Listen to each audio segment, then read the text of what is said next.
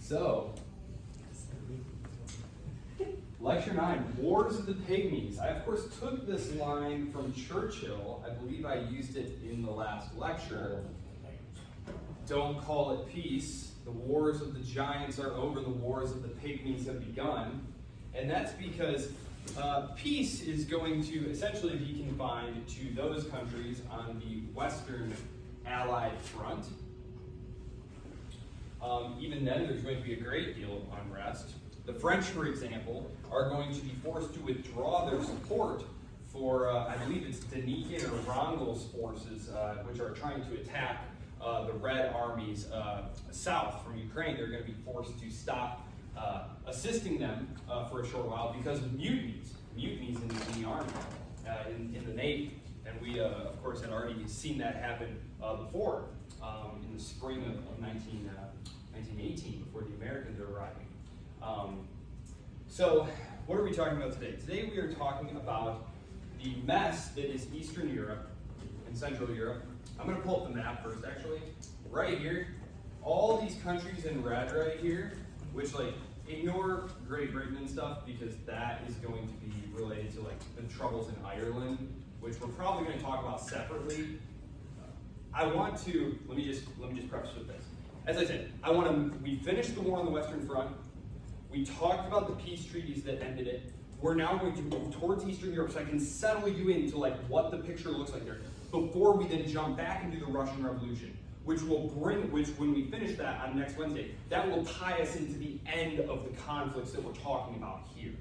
Because things like the crushing of the Ukrainian war for independence and the Treaty of Riga and stuff, the Polish-Soviet war, like that all happens obviously after the Bolshevik Revolution.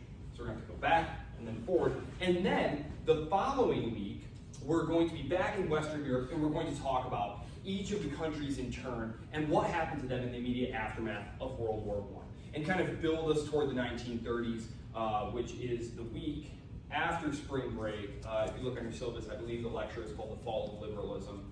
And so we'll start talking about like Mussolini. Actually, we'll talk about Mussolini the week before that. Spring break is mixed in there somewhere, and we're going to set up a library day as well, so that we can really dig into working on these papers. So, I'm going to jump back here. This is just a visualization so that you can see Revolution and Civil War, right? Revolution and Civil War. It's all of Central and Eastern Europe is a total mess here. So, we're going to get into it. These overlap. So, as you can see on the PowerPoint here, this is not chronological. This is just from 1917 to 1923. This is just a list of what we have going on here. And if you take away nothing else from what I'm going to talk to you about today, and probably a little bit next week in the context of the Russian Revolution, is that it's often, and especially in Central and Eastern Europe, it's much more complicated than just a story of reds versus whites, right? In Russia, if you want to talk about it as reds versus whites, I guess that's fine. There are multiple white armies, right? But really, they're all working towards approximately the same thing. In places like Ukraine, it's not what's happening at all. There are about, depending on how you count, about 10 or 11 different armies battling each other on all different sides in Ukraine. One of my favorites would be Nestor Makhno and his Black Flag anarchists who are fighting. And for about 18 months, they hold like large parts of central Ukraine. Pilsudski and his Polish forces are going to come down and actually knock out and capture Kiev. So it's kind of funny, we think about it, it's like, okay, and then they drew all these nice borders and the Treaty of Versailles, and now everything's nice and neat. No, Poland turns around and starts, and a lot of it's Poland. Poland is really happy to be a country again. They're really pumped up. It's been 120 years, and they decide to go out a conquering, need some more territory from our neighbors. Like, this is not to pick on Poland. I mean, Poland had a rough time. Poland's going to have an even rougher time in World War II. So, like, let's let Poland have a little bit of fun right now. Poland's going around trying to collect in its territories. If you remember our map from way back in like lecture 1 or 2, the Grand Duchy of Poland-Lithuania, that was huge. That was a huge state at one point. So Poland wants back those 1774 borders. And of course, we talked about this last time, the Western powers don't want that because they're fairly convinced that the Bolshevik regime is going to be toppled, that the whites are going to be back in control, and their Russian imperial allies are going to be back in power, or Russian Republic, whichever. and they want to basically give them back most of their territories. That's why one of the things that is part of the agreement that ends the war is that the Germans have to abrogate the Treaty of Brest-Litovsk. A lot of times, particularly Western historians, like to blame that on Lenin and the Bolsheviks. Like, oh, you see, the Treaty of Brest-Litovsk, that was just to buy time, and then as soon as they could, they went back and broke the treaty. Well, it is true that they did want those lands back, but it's also true that as a condition of getting peace, they had to themselves, the German government, annul the Treaty of Brest-Litovsk. And remember, this was the treaty that had seen Bolshevik Russia cede large parts of its Eastern and Central European holdings to Germany, right? So just so we're clear on that. So let's start here, 1917. Okay, so we have two things happening here. In 1917, obviously, there are going to be a series of revolutions in Russia. I really don't want to get into that because we're going to save all that for next week. So there are a series of revolutions inside Russia. It's a series of competing factions. But essentially, what immediately starts happening is nationalities problems, right? Russia is an empire. Russia is an empire today. Russia has had imperial wars just in your lifetime. Well, I don't know. Weren't you born in the 90s? No. Yeah? In the 90s, they fought some wars in the Caucasus to keep the Caucasus inside of Russia, which they had conquered the Caucasus way back, in the gosh, they started moving in there in the 18th century, right? But they're not ethnic Russians there, right? They're not ethnically Russian people there. And then they fought that war against Georgia back in 07, although that was more about protecting Abkhazia and South Ossetia, but don't want to get drawn into that. Anyway, Russia is an empire, and so their nationalities start revolting. Yes? Did you consider the people from like the Moscow area ethnically Russian? Like when it was all different like subgroups before they got became empire? Oh, like way back pre Ivan the Great, like the Duchy of Muscovy? Yeah. You know what? I really don't have a take on that. I do not specialize in history going back that far. Like we're talking like medieval history. Like I'm not a medieval historian. I'm a modern European historian. So great question.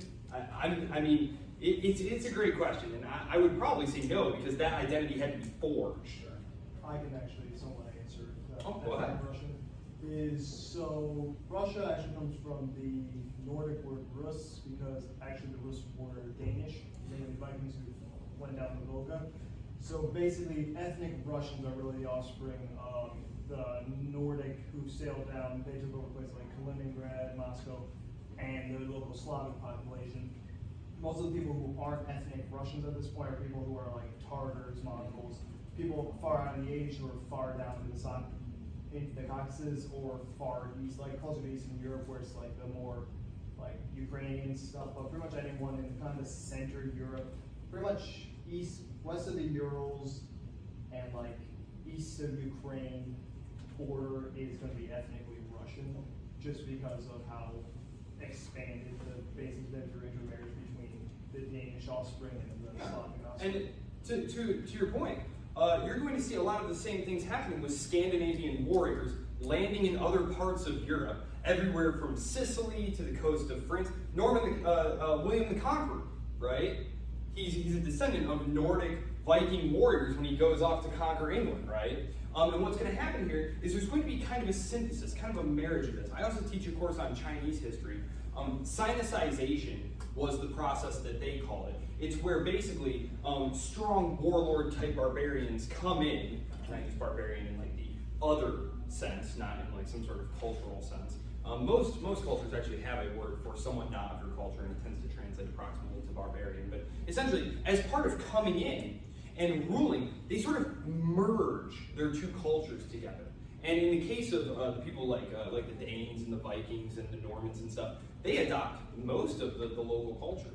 And when you get to like the Qing and the Manchus, which if you take the Chinese history course, you'll see they do a lot of that same thing. So, okay, yes. So Russia, it's an empire, right? It's an empire. It's actually one of the 3 gunpowder empires. They basically expanded over these very large expanses of territory, using gunpowder weapons to basically conquer large swathes of land that weren't terribly densely occupied. And so they have all these nationalities, and specifically the nationalities who are going to be a huge problem are going to be the ones in Eastern Europe. It is true that places like the Georgians and Azerbaijan and Central Asian territories, there are going to be upheavals there, right? But again, it's going to be lower population density, less industrialized, less national cohesion. It's going to be easier for the Bolsheviks to roll in there with their cavalry and sweep everyone up than it's going to be in Eastern Europe. Especially because in Eastern Europe, again, it's not just reds versus whites. It's you versus him versus him versus him, right? Like I said, at one point, the Poles are beating down the Ukrainians, right? But then they turn around and fight the Reds, right? The Latvians and Lithuanians are fighting their own wars of independence, which are going to involve, it's kind of complicated because the Germans, on the one hand, are trying to essentially position themselves to have kind of a buffer. Like, obviously the Germans understand that the Russians are not going to be down forever, and they're trying to build up buffers, right? Part of the reason that the German high command feels so pressured to fight this war in the first place, one of the reasons it feels so threatened, it's not that they feel threatened by Great Britain. They respect Great Britain, they respect their power, they would like a place approximately equivocal in the world order with them, but Britain is very much on the decline at this point. Manufacturing-wise, it's kind of interesting. There's a book you hear about, like, oh, made in China, made in China. If you go back to the 1890s in Britain, there are all these books about made in Germany, how the British market and our industrial base is being eroded away, and the Germans are taking over. And there's also a great genre of I didn't get a chance to talk about this, but you can look it up. It's called invasion literature, where they basically start years before the war actually happens. There's fiction, science fiction, sort of fantasy writers writing about, like, the Germans invading England and, fighting them on the beaches and stuff. It's all very interesting. So, but anyway, they were really worried about Russia. They thought once Russia stops being so backwards and agrarian, once Russia industrializes, they're going to be a steamroller. And Germany's not going to be able to hold them back. So they're trying to build up a series of successor states that are going to be not terribly hostile to Germany. It's one of the reasons they released Pilsudski, is they recognize that there's going to be a Poland, and we'd rather have one of, not really our guys, but they certainly didn't like the ones that the Entente powers had in mind. So they released Pilsudski to take control there, and he does. Pilsudski, of course, is going to be the one leading independent Poland in these wars. So let me jump in here real quick. So I'm just going to run through some of these real quick. The Polish-Soviet War. Going to have to kind of jump ahead here. Spoiler alert, there's going to be a revolution in Russia, and these Bolsheviks are going to take control, and we're just going to call them the Soviets. Soviet comes from the name for the workers' councils, which is sort of their dual power that they set up, and we're not going to go into that. But the Soviets, they decided to start moving westward. They do this for a couple of reasons, and actually one of them is related to the ideology of Marxism itself, and it was what was called the German way. Basically, if you read Karl Marx, he believed that it would be the most industrialized, most heavily proletarianized societies that would be most ripe for communist revolution.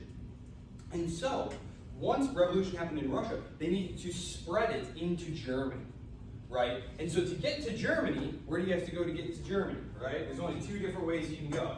You can go across Poland, or you can go across Hungary, right? You can go through Poland here, right? You can go through Poland, or you can go across the Hungarian plains there. And they're going to try both options. And they're actually going to be beaten back in both cases. The battle for Warsaw, the miracle on the Vistula, Tukhachevsky, the great theorist of revolutionary warfare, the conqueror of Siberia, is going to be essentially, if you can kind of imagine an army invading this way, you have your supply lines like this. Pilsudski is basically going to hook around and cut his supply lines there and isolate the army. And, well, armies need supplies. It's pretty much as simple as that. Is this like Lenin running this? Or is Lenin, this, Trotsky. Trotsky is actually going to be the one running this. And I don't want to get too much into it. Stalin is in charge of what's called the nationalities. He's setting up like local Soviets there and stuff. Trotsky is actually the commissar who is running the war. He's like the Russian Carnot.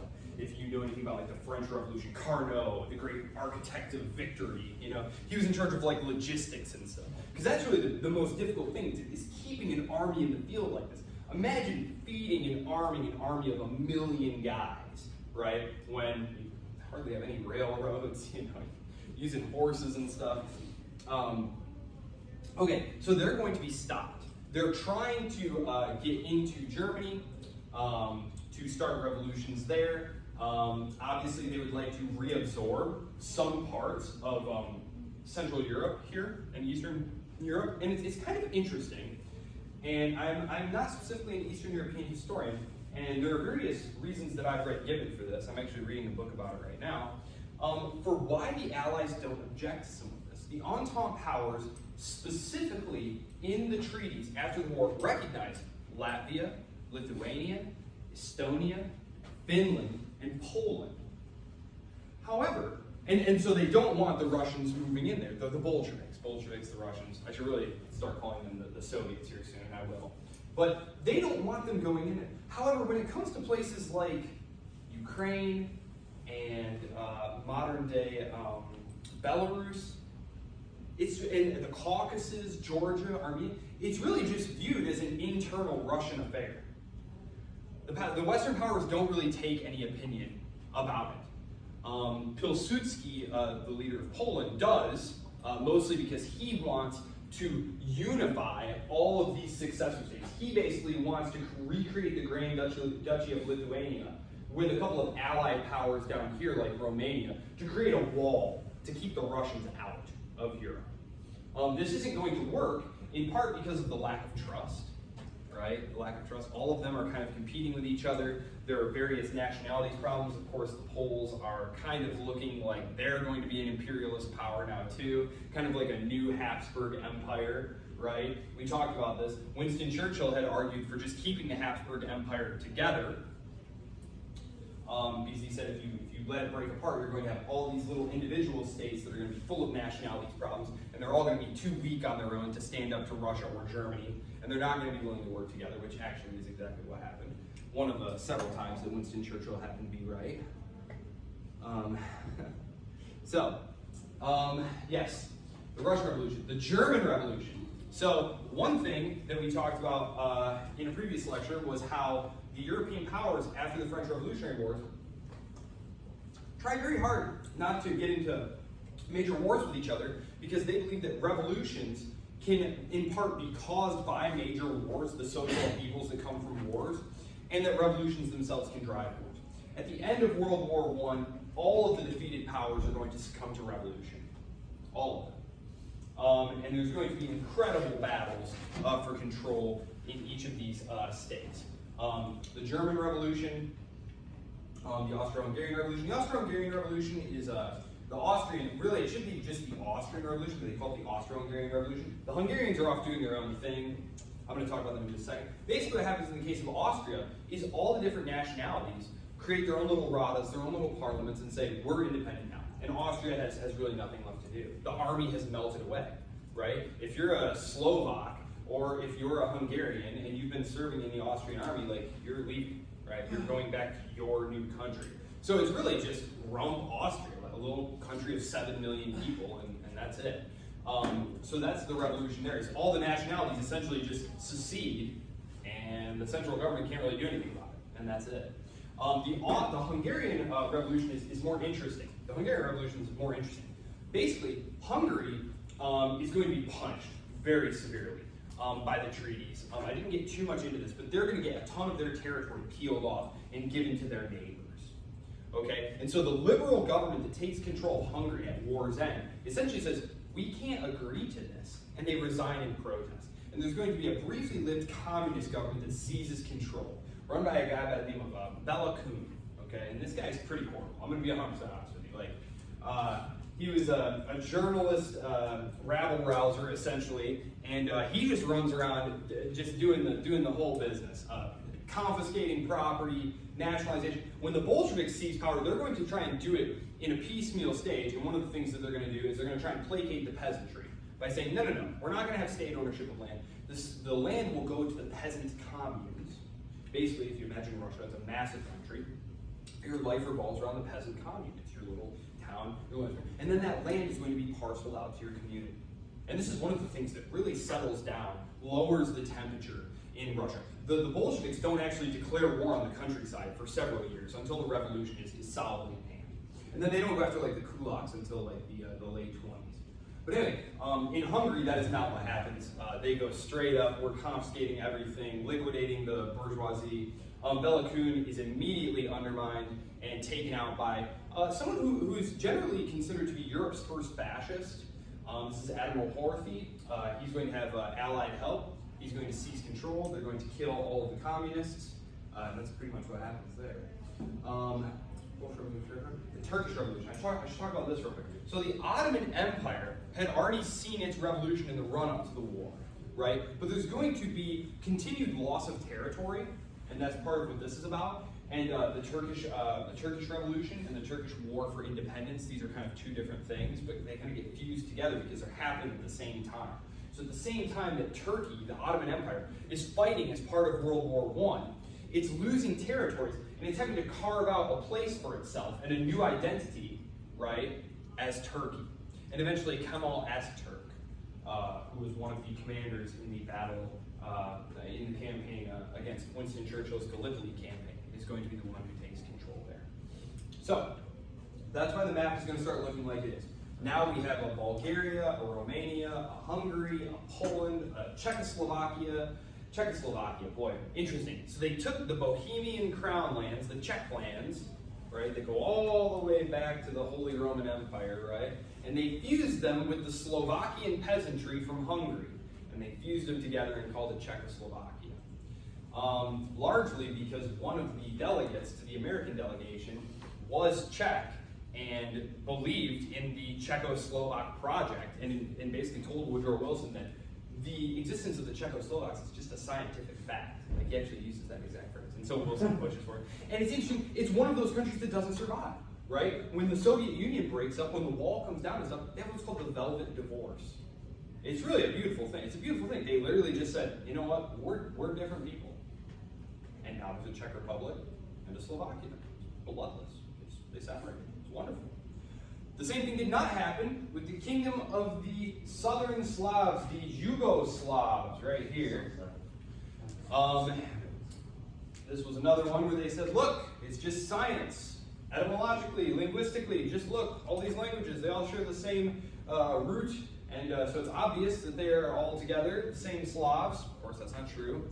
Serbs, Croats, and they get in there and they realize, oh my God, there's this huge population of Bosniak Muslims in here, right? And really, the only thing that keeps that thing together is the iron hand of Joseph Broz Tito, who is going to rule that country as a dictatorship. So basically, it's a kingdom, but it's super crazy. There's actually one of the first recorded assassinations ever on video. I should have put this video on here. It's the king of Yugoslavia. He's like riding in an open top car, and they've got this old grainy footage, but like he gets murdered. So it's very crazy. The ethno nationalist terrorist politics that are going on there. That's interrupted by World War II. And Joseph Broz Tito and his communists are the ones who ultimately win the war in that region, and he establishes a dictatorship. And as soon as he dies and they try and decentralize power, it fragments and is destroyed in a series of violent wars in the 1990s, the Bosnian wars, which were going on when I was a kid. Key treaties and agreements. So, we've got lots of wars, lots of revolutions. I'm going to break down a couple of the key treaties that we had here. I had some notes here.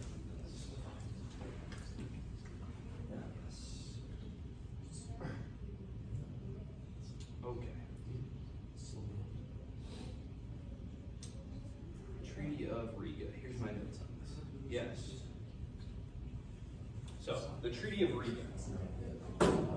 These are not in order, obviously. I was putting these on here. Treaty of Riga, 1921. This is going to end the Polish-Soviet War. It is going to be the Soviets' first war, and it's actually going to be a loss.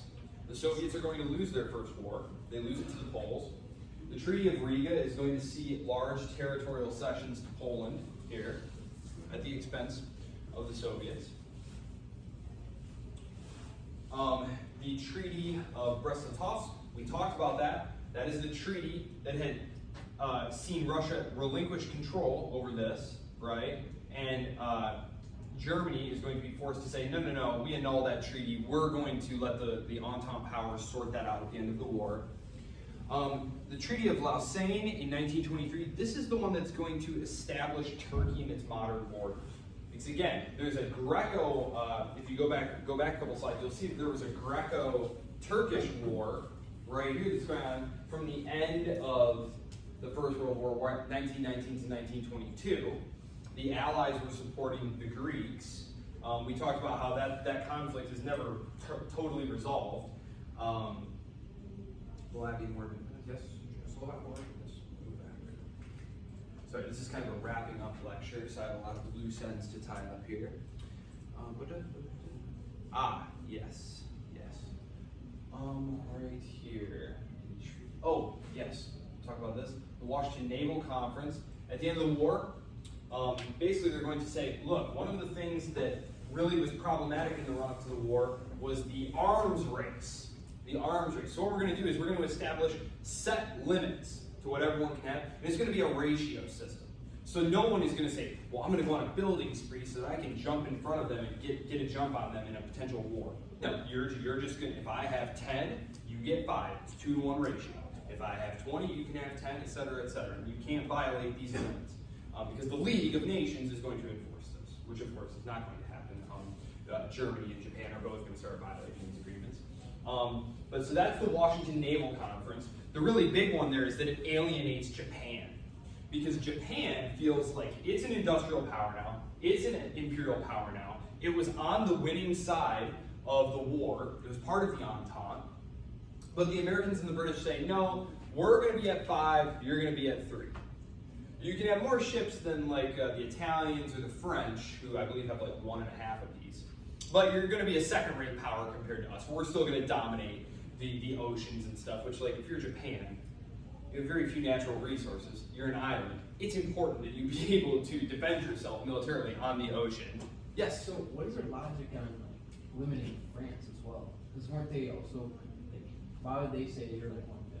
Why did they do it? Well, the French, it was essentially just something that the French could stomach, right? They needed the French were trying to get Great Britain and the United States to subsidize its security, because France doesn't really have maritime interests anymore, right? France's entire preoccupation is with keeping Germany down. So remember, prior to World War I, they were just letting, oh, Great Britain, you want to settle this that way? Go ahead. Oh, you want to do that? Go ahead. Basically, they want help keeping Germany down. And so they're willing to make concessions on territorial questions outside of Europe in exchange for help keeping Germany pinned down. And after the war, frankly, the British feel like this was a totally pointless, stupid war that we fought on behalf of France, which, like, forget the fact that the British government sought a way into the war. Everybody's wanting to blame everybody else, right?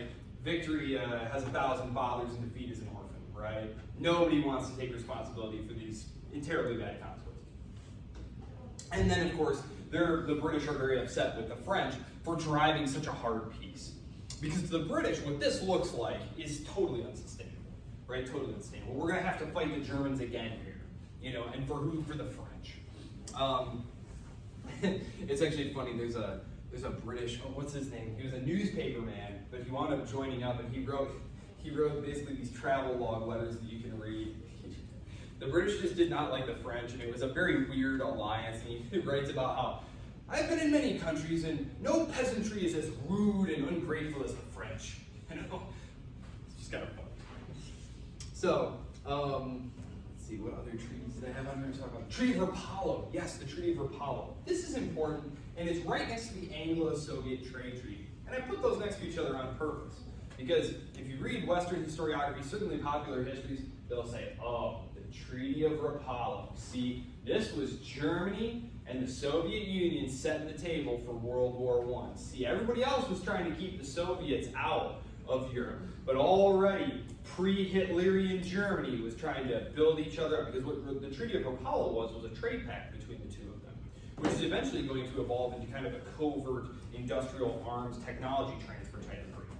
But it should be noted that a year before that, in 1921, the British had signed a trade treaty with the Soviet Union. So yes, the Treaty of Rapallo is retrospectively, with the benefit of hindsight, oh wow, yes, now, but we can't read history backwards. We have to kind of think about history as it was developing. And it didn't make sense to try and isolate the Soviet Union from Europe forever, right?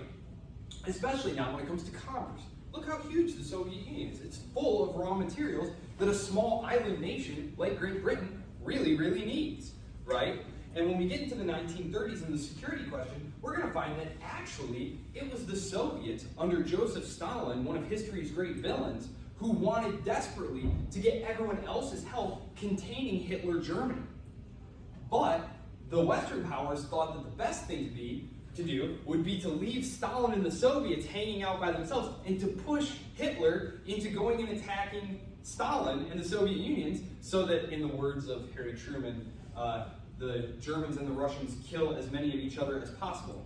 If we see that the Germans are winning, we should help the Russians. If we see that the Russians are winning, we should help the Germans.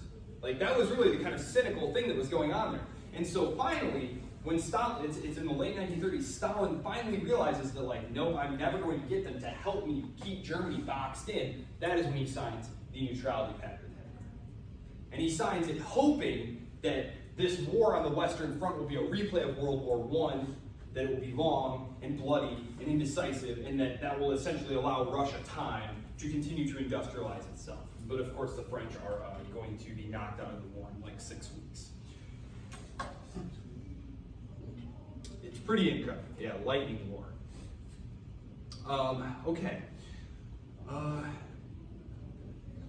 Yes, these treaties right here, I put these on here, Saint-Germain and Trianon, so that you can be very smart, sophisticated people. And when people say, yes, the Treaty of Versailles, that's the treaty that settled all those questions about World War I. No, it settled the German questions, specifically. These were the other treaties that settled things with the other Central Powers. So there were a series of treaties that come out of the peace settlement, of the peace conference. Peace, right? The peace conference. I hope it's clear from this lecture that immediately things start blowing up all over the place, right? And again, some of these conflicts are going to occur within states. Some of these conflicts are going to occur between states. So you have things like the Lithuanian Wars of Independence. This is where they are fighting a combination of themselves, right? Because it's not like everyone agrees about how things should be, right? Again, the American Revolution kind of gives us this very myopic, simple narrative of like, well, there were all these guys, and they were on one side, and they all thought this way, and they all agreed on this, and we didn't have that incredibly violent bloodletting over the future of the country. That was put off until the 1860s, right? Eventually, the United States does have their bloody, violent civil war over the specific constitutional structure of the country and who actually makes the decision. Is it the central government, or is it the state governments? Now, in these cases, you have these different factions right away going at it, right? You have these states being born, you have these outside powers who are offering to intervene on your behalf to help you. For example, Bela Kun, right? The communists in Hungary who seized power. Admiral Horthy and his men who killed them all, they're getting outside help too, right? Again, this is all happening in a very, very close, compact area. Think about it, like, Eastern Europe is not, it's not that big, right? If you travel around, like, it's not that big. It's easy to get materials and men all over the place. There's tons of rivers you can go up, right? Lots of access to the coast to smuggle weapons and men in. So, yes, any questions? Any questions about any specific events here? Because, again, this is kind of a tie-up lecture to, like, say, okay, the mess of World War I is ultimately not concluded until 1923. And then we're going to go back and do the Russian civil wars, the revolution. Yes. You haven't really mentioned Spain yet, but they're on the. Oh, yeah. Is that their civil war? Yeah, they're having a series of civil wars. That's not the one where Franco takes power. Franco takes power after this particular revolutionary government that takes power. This is another attempted liberal government, and that's going to be overthrown when essentially the officer corps of the army, which is a very interesting Spain, gosh. We're going to have a whole lecture on just Spain, where I'm going to take us from like basically the mutinies at Cadiz back in the 1820s, all the way up until the Spanish Civil War. Because then again, Franco, they're going to be, the Iberian Peninsula is just sort of walled off from everything that happens over here. Kind of stuck in a time warp. And if you look at like their GDP statistics and all that other stuff, especially prior to their entry into the European Union and stuff, like their trajectory was just totally different than everyone else's. Lucky for them. Yeah. Is it safe to say that at this point Serbia is just gone at this point? Yeah. Oh yeah. Serbia has been. Serbia at this point is part of the Yugoslav state. This is actually one of the things that's going to drive chaos within the kingdom of Yugoslavia. Whose bright idea was Yugoslavia? Again, it was Wilson that pushed for this to happen because he believed in the principle of national self-determination. And again, you have people saying, well, look at this ethno-linguistic tree. As you can see, these root words share the same thing. And so again, it's something that's very easy. That homogeneity is easy to maintain at a distance. Oh yeah, they all look about the same. Their languages are all about the same. You zoom in, and the heterogeneity of the population in reality is quite obvious. I mean, the Serbs are closer to Russians than they are to Croats. Oh, yeah, you're preaching to the choir here. Did not make sense. Did not make sense. But again, Woodrow Wilson had never been there. Woodrow Wilson had read a couple books about this stuff. And he had very self-interested advisors pushing various schemes. I'm guessing it's Russian inside. Russia was not invited. Oh yeah, Russia. Oh yes, that's another good point. Russia is not invited. The Soviets are not invited to these peace conferences. So even if the Russians probably did have some good idea of whether or not this was going to work and what sorts of ethnic conflict might erupt, but like they're not invited essentially. Winston Churchill, when he shows up to the conference, his big thing is we need to go fight a war against the Russians, right? We need to go invade the Soviet Union. No one listens to him, which is fortunate. No one listens to it. It's not popular. No one wants to listen to it. Everyone is more worried about getting what's theirs, what they feel is theirs. Small power imperialism in Central Europe. Because again, these populations are not ethnically homogeneous. If you go back to France, again, France was once very heterogeneous, right? But over the course of centuries, you had the formation of a modern French identity. You had the slow destruction of local patois, right, or local dialects. You can still find like 1 million Provençal speakers in France today, right? But like, go back 700 years, the French language is spoken by just a handful of people in like the little region around Paris. And it slowly spreads, and they slowly forge the French nation. And it is very bloody. This is happening in a very short period of time. And you have places like Hungary, right? The Hungarians who are saying, no, this is the kingdom, this is the ancient kingdom of Hungary. The people who live here are Hungarians. You're going to adopt our language, our culture, our customs, even though, like 30% of the population is just not Hungarian in any sense of the word, right? And so, in Yugoslavia, of course, it's not even close. It's not even close. I mean, you have Croats, you have Slovenes, you have Bosniaks, you have Serbs. And the Serbs view it as that they are the dominant ethnic group of the Yugoslavs, of the Southern Slavs. And so they are basically fighting to take control of these institutions. And this is something that would carry over into the civil wars of the 1990s. So, the chickens of Versailles coming home to roost, you locked all these ethnic groups in there together, and who knows how it would have worked out counterfactually. There probably was going to be a lot of bloodshed at some point. But in fact, there's a book that I think it's called Bloodlands is what it's called. But actually, Balkan, the word Balkan means like blood mountain, red mountains. So yes, I didn't mention Spain. Yeah, I didn't mention Spain. We are going to go back to Spain. Lucky Spain. Lucky Spain because it avoids World War I and II. Unlucky Spain because it's very slow to industrialize. The standard of living is much lower. They have a new government every other week. It's very unstable. There's lots of military coups, and eventually there's going to be a horrifying civil war in the 1930s. And that's the Franco. It was you who said that, right? That's the Franco one. Franco is going to lead his men from North Africa. They're stationed there in Morocco, one of the last of Spain's little colonial possessions. So they're going to cross the strait and knock over the government. And the Republican government will be backed by the Soviet Union. the communists, by the international brigades. Franco and his men will be backed by Italy and Germany, and it's kind of a testing ground for a lot of the weapons technology that World War II is going to see. A lot of aerial bombardment. In World War I, we said we have planes, but they're mostly used for surveillance and dogfighting. The engines and the frames are just not powerful enough yet to carry large amounts of bombs to rain them on cities. Spain is the first place where we see that happen, where there's just going to be a complete erasure of this idea of like, well, that's a civilian target, right? We don't, just roll into, a civilian city and blow it up and kill everyone in there. All of a sudden, well, we're just dropping bombs on military targets, right? It's a factory. There's a factory down there. We need to blow it up. There's collateral damage, right? Which we don't say that anymore. They don't use collateral damage anymore because nobody's fooled by what that means. Anyone else? Spain doing very well there. Yep. Bulgaria, very happy at the end of or not very happy at the end of the war. They're quite furious. They had a ton of their territory taken too because they jumped in on the side of the Central Powers, if you remember. Yugoslavia, not a place you want it to be. It's going to be very violent, very chaotic. Ireland is going to be created. Independent Ireland, the Free State of Ireland, is going to be ceded in the early 1920s by Great Britain.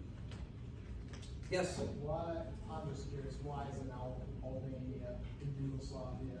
Why isn't Albania in Yugoslavia? This goes back. Greece makes sense. Why are they Yeah. saying, oh, we're going to just say Serbia, you're getting here, but Albania, you're fine? Yes, this was actually a concession to the Italian delegation because they did not want this choke point. They did not want a large state controlling and fighting them for this access right here. Yeah, well, why not just the top where it's ethnically close, or like the top part, like up by Yugoslavia, Like this part right here? Yeah, like the northern part, like that's, Right here? yeah, basically, like why not just, nowhere else is getting land cut off. Why not? Yeah, well, again, this was created at the behest of the Italians. I don't know exactly why they drew the specific boundaries they did. I just know that that's why Albania was created, and that's why the Italians wanted it there. Albanians are Muslim too. And yes, and actually, this of course is going to be.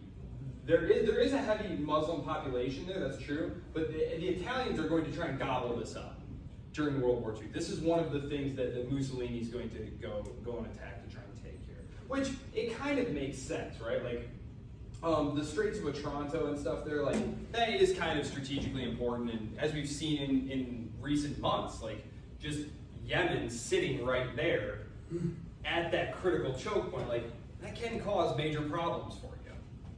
So, yeah. Anyone else? Finland breaks away. And the Soviets just say, go ahead. Maybe we'll come get you later, maybe we won't. Stalin does, of course, try and retake Finland, right at the outset of World War II, but the Finns put up a very tough defense and are able to get away with only ceding, I think, like 60 miles worth of territory or something like that. Yeah. So very interesting stuff. That area had been contested between them and Sweden, the Kingdom of Sweden, going way back to the Great Northern War. It had always had a high degree of autonomy. Again, Russia's very rural. They didn't have a lot of railroad networks. It's hard to project your power and authority up there. It's much better in the manner of a medieval vassal if you're the king of Paris. It's much better to just have like mutual agreements, mutually beneficial agreements with outlying lords, rather than just trying to dictate to them. Because if you try and dictate to them and then they revolt, what are you going to do? Well, you could go try and put them down, but like that's going to be expensive and dangerous. It's not clear you're going to win. What if other lords start to revolt? What if other ethnicities start to revolt? This is actually something that's going to ultimately be the undoing of the Soviet Union. It's nationality's problem, right? It's kind of got all these different nationalities trapped inside of there, and really, Glasnost, the policy of opening up and having discussions, is going to take the lid off all those nationality problems. Communist Eastern Europe, whatever you want to say about it, it kept a lid on all of the ethnic bloodletting that had been going on for a decent amount of time. Again, this isn't to make some sort of Western reading of history like, oh, well, those Eastern and Central Europeans, they can't stop killing each other over ethnic differences and stuff. Like, there was tons of that going on in Western Europe. It just happened in earlier periods and oftentimes took a little bit longer to play out. Now things are happening much faster, right? And they're happening in real time. We're able to document it. And yeah, it does horrify the modern sensibility, right? You know, several centuries ago, 1,000 years ago, you know, the Mongols rolled into a place and they just wipe out a whole town, right? They just kill everybody in a whole city. And it's just like, well, you know, they are the Mongols.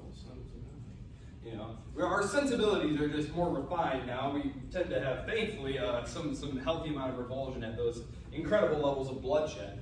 But they do happen. The nation-making, the state-making process is not just a unifying process, it's also an exclusionary and repressive process.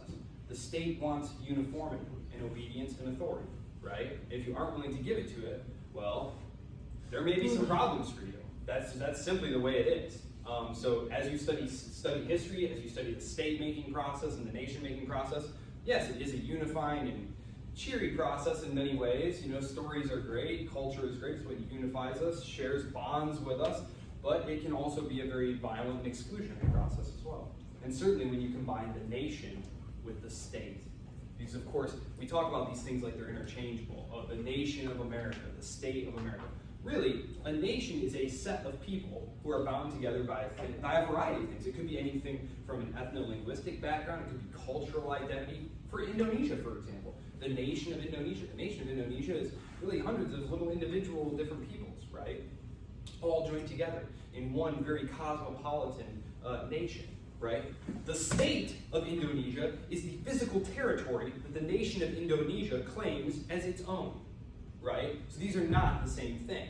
The Kurds are a nation, right? The Kurdish people are a recognizable nation, an ethno-linguistically, religiously distinct people, but they don't have a state of their own, right? So just one minor point there. States, nations, nation-states, and the nation-state is when the nation and the state perfectly fit within each other, right? At least as close as possible. Japan is usually the example I use, but even Japan has a lot of minorities. The Okinawans, for example, they don't really think of themselves as Japanese. But there you go. Any questions for today? For the discussion board, I'm going to post it today. I would like each of you to pick out a theme, a single theme that you're going to be developing in your paper, and write me a few paragraphs on why this is the theme that you want to be exploring. Right? Each paper is going to have one main thread, one theme. Yours might not, Jack, because you said you're doing more, maybe focused on Lenin, right? Possibly. He's got some themes. I was going to say, you can pick themes specific to Lenin. Yeah. I mean, yes.